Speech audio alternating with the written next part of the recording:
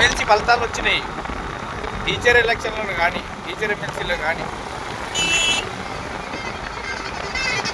Graduate ఎలక్షన్లో కానీ ఎవరి విజయం సాధించారంటే ఒకటే, బీజేపీ.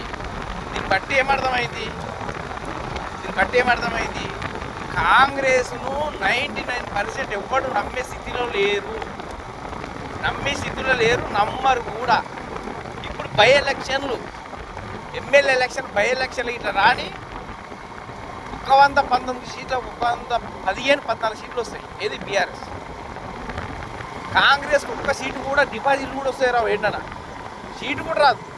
ఆ సిచ్యువేషన్ ఏర్పడ్డది. ఎందుకు ఏర్పడ్డది అంటే కాంగ్రెస్ తప్పిదము ఒకటి. ఇంట్లో ఎస్పెషల్లీ రేవంత్ రెడ్డి ఫస్ట్ తప్పిదం. 100% చెప్తున్నా, రేవంత్ రెడ్డి ఫస్ట్ తప్పిదము.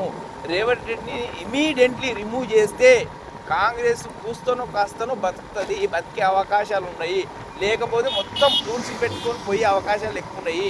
ఆలోచించుకోవాలి కాంగ్రెస్ పెద్దలు కానీ, అధిష్టానం కానీ. ఇప్పుడు మీనాక్షి కాంగ్రెస్ ఇన్ఛార్జ్ వచ్చింది తెలంగాణకు, మీనాక్షి కానీ ఆలోచించుకొని పనిచేయాలి. మీరు ఆలోచించుకొని, ఎందుకంటే ఎమ్మెల్సీ ఎలక్షన్లది దెబ్బ పడ్డది 100%. ఆల్రెడీ రేవంత్ రెడ్డి కూడా అర్థమయ్యే చెప్పినాడు. ఏం చెప్పిండు రేవంత్ రెడ్డి?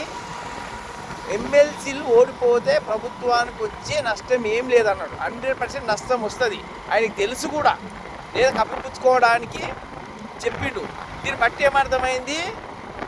రేవంత్ రెడ్డి నమ్మిపోతే నిండా సలి పెట్టకుండా ముస్తాడు. ఇది అర్థం చేసుకోవాలి, ప్రతి పోలు అర్థం చేసుకోవాలి. అసలు చెప్పకూడదు ఎప్పుడైనా. మా పార్టీకి నష్టం ఏం కాదు, ప్రభుత్వానికి నష్టం ఏం కాదు. 100% గెలుస్తామని చెప్పాలి. అది ముందు ఓటమిని ఒప్పుకున్నట్టు. అది 100% ఓటమిని ఒప్పుకున్నాడు. దీన్ని బట్టి ఏమన్నది ఆలోచించుకొని అర్థం చేసుకోవాలి ప్రజలు, తెలంగాణ ప్రజలు.